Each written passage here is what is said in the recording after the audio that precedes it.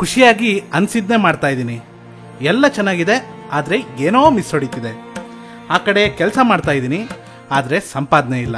ಈ ಕಡೆ ವಿಡಿಯೋ ನೋಡ್ತಿದ್ದಾರೆ, ಆದರೆ ಸಬ್ಸ್ಕ್ರೈಬ್ ಮಾಡ್ತಿಲ್ಲ. ಇದನ್ನೆಲ್ಲ ನೋಡಿ ಬೇಜಾರಾಗಿ ಎಲ್ಲಾದರೂ ದೇಶಾಂತರ ಹೋಗ್ಬಿಡೋಣ ಅಂತ ಅನ್ನಿಸ್ತು. ಹಿಮಾಲಯಕ್ಕೆ ಹೋಗ್ಬಿಡೋಣ ಅಂತ ಪ್ಲ್ಯಾನ್ ಮಾಡಿದೆ. ಬಟ್ ಬಜೆಟ್ ಅಷ್ಟಿರಲಿಲ್ಲ. ಸರಿ, ಕರ್ನಾಟಕದಲ್ಲೇ ಎಲ್ಲಾದರೂ ಹೋಗೋಣ ಅಂತ ಹೈಯೆಸ್ಟ್ ಪೀಕ್ ಇನ್ ಕರ್ನಾಟಕ ಅಂತ ಸರ್ಚ್ ಮಾಡಿದೆ. ಒಬ್ಬನಿಗೆ ಅಲ್ಲಿ ಹೋಗೋಕ್ಕೆ ಬೇಜಾರಾಯಿತು. ಸರಿ, ಒಂದಿಷ್ಟು ಜನ ಕ್ಲೋಸ್ ಫ್ರೆಂಡ್ಸ್ ಅಂತ ಇರ್ತಾರಲ್ಲ, ಅವ್ರಿಗೆ ಫೋನ್ ಮಾಡಿ ನಾನು ಈ ಥರ ಕರ್ನಾಟಕದ ಅತಿ ಎತ್ತರದ ಗಿರಿ ಶಿಖರಕ್ಕೆ ಹೋಗಿ ತಪಸ್ ಮಾಡೋಣ ಅಂತಿದ್ದೀನಿ, ಅಲ್ಲಿವರೆಗೂ ಕರ್ಕೊಂಡೋಗಿ ಬಿಟ್ಬಿಟ್ಟು ವಾಪಸ್ ಬರೋರಂತೆ ಬನ್ರಿ ಅಂತ ಕರೆದೆ. ನಾನು ನನ್ನ ಗುಡುಗುಡು ಪಕ್ಷಿ ತಗೊಂಡು ಡುಗುಡುಗು ಅಂತ ಓಡಿಸ್ಕೊಂಡು ಹೊರಟೆ. ಹೋಗ್ಬೇಕಾದಾಗ ತಲೆಯಲ್ಲಿ ಒಂದೇ ಡೌಟು, ಅಲ್ಲಿ ಹೋದ್ಮೇಲೆ ಊಟ ತಿಂಡಿಗೆ ಏನು ಮಾಡೋದು ಅಂತ. ಅಲ್ಲಿರೋ ಅಂಗಡಿಗಳನ್ನೆಲ್ಲ ನೋಡಿ ಅಬ್ಬಾ ದೇವ್ರೇ, ಇವರೆಲ್ಲ ನಾನು ಬಿಟ್ಟೋದ್ಮೇಲೆ ಮೇಲಿಂದ ಕೆಳಗಿಳಿದು ಬಂದು ಇಲ್ಲಿ ಏನೇನು ಬೇಕೋ ತಿನ್ಬೋದು ಗುರು ಅಂತ ಅಂದ್ಕೊಂಡೆ. ಮತ್ತೆ ಈ ಬೆಟ್ಟದಲ್ಲಿ ಹಾವಿಗಿದ್ರೆ ಏನು ಮಾಡೋದು ಅಂತ ಯೋಚನೆ ಬಂತು. ಅಷ್ಟೊತ್ತಿಗೆ ಅಲ್ಲೊಂದು ಹಾವು ತೆಳ್ಕೊಂಡು ಹೋಗ್ತಿತ್ತು. ಅದನ್ನ ನೋಡಿ ನಾನು ಇದಕ್ಕಿಂತ ಫಾಸ್ಟಾಗಿ ಹೋಗ್ತೀನಿ ಅಂತ ಸಮಾಧಾನ ಮಾಡಿಕೊಂಡು ಬೆಟ್ಟ ಹತ್ತಕ್ಕೆ ಶುರು ಮಾಡಿದೆ. ನನ್ನ ಫ್ರೆಂಡ್ಸ್ ಎಲ್ಲ ಬೇಗ ಬೇಗ ಮೇಲೆ ಹತ್ತುತ್ತಿದ್ರು. ಮೇಲ್ಗಡೆ ಸಿಕ್ಕಾಪಟ್ಟೆ ಜನ ಇದ್ರು. ಇಲ್ಲೆಲ್ಲಿ ತಪಸ್ ಮಾಡೋಕ್ಕಾಗುತ್ತೆ ಅಂತ ಯೋಚನೆ ಶುರು ಆಯಿತು. ಅದನ್ನೇ ಯೋಚನೆ ಮಾಡ್ತಾ ಸ್ಟೆಪ್ ಮೇಲೊಂದು ಸ್ಟೆಪ್ ಹತ್ಕೊಂಡು ಮೇಲಕ್ಕೆ ಹೋಗಕ್ಕೆ ಶುರು ಮಾಡಿದೆ. ನನ್ನ ಫ್ರೆಂಡ್ಸು ನನ್ನ ಅಲ್ಲೇ ಉಳಿಸೋಕ್ಕೆ ಏನೇನು ಬೇಕೋ ಎಲ್ಲ ಪ್ಯಾಕ್ ಮಾಡಿಕೊಂಡು ನನ್ನ ಅಲ್ಲೇ ಉಳಿಸ್ಬೇಕು ಅಂತ ಫಿಕ್ಸ್ ಆಗಿದ್ರು. ನಾನು ಬ್ಯಾಗ್ ಹಾಕ್ಕೊಂಡು ಹತ್ತದೆ ಎಲ್ಲಿ ವಾಪಸ್ ಆಗಲ್ಲ ಅಂತ ಇಳಿದ್ಬಿಡ್ತೀನೋ ಅಂತ ಬ್ಯಾಗ್ನ ನಮ್ಮ ಬುದ್ಧಿಯವರೇ ಎತ್ಕೊಂಡು ಮೇಲೆ ಹತ್ತುತ್ತಿದ್ರು. ಸ್ಲೋ ಮೋಷನಲ್ಲಿ ನೋಡಿದ್ರೆ ಒಬ್ಬ ಟ್ರಾವೆಲರು ಎಕ್ಸ್ಪ್ಲೋರ್ ಮಾಡಿಕೊಂಡು ಬೆಟ್ಟ ಹತ್ತುತ್ತಾ ಇರೋ ಥರ ಕಾಣಿಸ್ತಿತ್ತು. ಮೇಲೋದ್ಮೇಲೆ ಹುಲಿ, ಸಿಂಹ ಎಲ್ಲ ಇರಲಿಲ್ಲ, ಬರೀ ಶಿವನ ವಾಹನ ನಂದಿ ಮಾತ್ರ ಕಾಣಿಸ್ತು. ಸ್ವಲ್ಪ ಹೊತ್ತು ರೆಸ್ಟ್ ಮಾಡಿದ್ಮೇಲೆ ಪೀಕಲ್ಲಿರೋ ದೇವಸ್ಥಾನದ ಹತ್ರ ಬಂದ್ವಿ.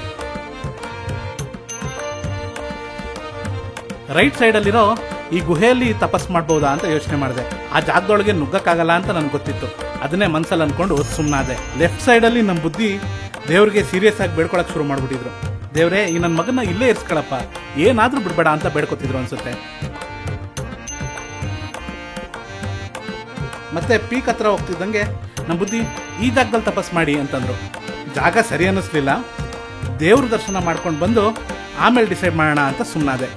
ದೇವಸ್ಥಾನಕ್ಕೆ ಹೋಗಿ ಮುಳ್ಳಪ್ಪನಿಗೆ ಕೈ ಮುಗಿದು, ದೇವ್ರೇ, ನಾನು ಇಲ್ಲೇ ಎಲ್ಲಾದರೂ ತಪಸ್ ಮಾಡ್ಕೊಂಡು ಇದ್ಬಿಡ್ತೀನಪ್ಪ, ನಾನು ಇಲ್ಲೇ ಇರಿಸ್ಕೊಳಪ್ಪ ಅಂತ ಬೇಡ್ಕೊಂಡೆ. ಅದಾದ್ಮೇಲೆ ನನ್ನ ಫ್ರೆಂಡ್ಸ್ ಎಲ್ಲ ಎಲ್ಲೋದ್ರು ಅಂತ ಹುಡುಕ್ತಿದ್ರೆ ಅವರೆಲ್ಲ ವ್ಯೂ ನೋಡ್ತಾ ನಿಂತಿದ್ದಾರೆ. ಕೊನೆಗೆ ನಮ್ಮ ಬುದ್ಧಿನೇ ತಪಸ್ ಮಾಡಕ್ಕೆ ಒಂದು ಒಳ್ಳೆ ಜಾಗ ತೋರಿಸ್ತೀನಿ ಅಂತ ಕರ್ಕೊಂಡೋದ್ರು. ಎಲ್ರಿಗೂ ಖುಷಿ ನಾನು ಹೋಗ್ತಾ ಇದ್ದೀನಿ ಅಂತ.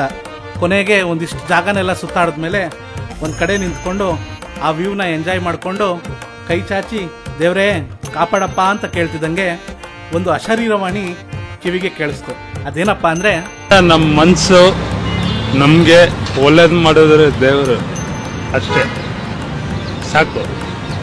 ಮರ ಯಾಕೆ ನಮಗೆ ಏನಂತೀರ? ತಾಯಿಗೆ ಕೈ ಮುಗಿಸಿ ದೇವರು ಒಳ್ಳೇದು ಮಾಡ್ತಾನೆ ನಮಗೆ, ಏನಂತೀರ? ಅಷ್ಟೇ. ಕೊನೆಗೆ ಆ ಅಶರೀರವಾಣಿ ಕೇಳಿಸ್ಕೊಂಡು ಜ್ಞಾನೋದಯ ಆಗಿ ವಾಪಸ್ ನನ್ನ ಫ್ರೆಂಡ್ಸ್ ಜೊತೆ ಕೆಳಗಡೆ ಬಂದೆ. ಈ ವಿಡಿಯೋ ಇಷ್ಟ ಆಗಿದೆ ಅನ್ಕೋತೀನಿ. ನೆಕ್ಸ್ಟ್ ವಿಡಿಯೋದಲ್ಲಿ ಮತ್ತೆ ಸಿಗ್ತೀನಿ.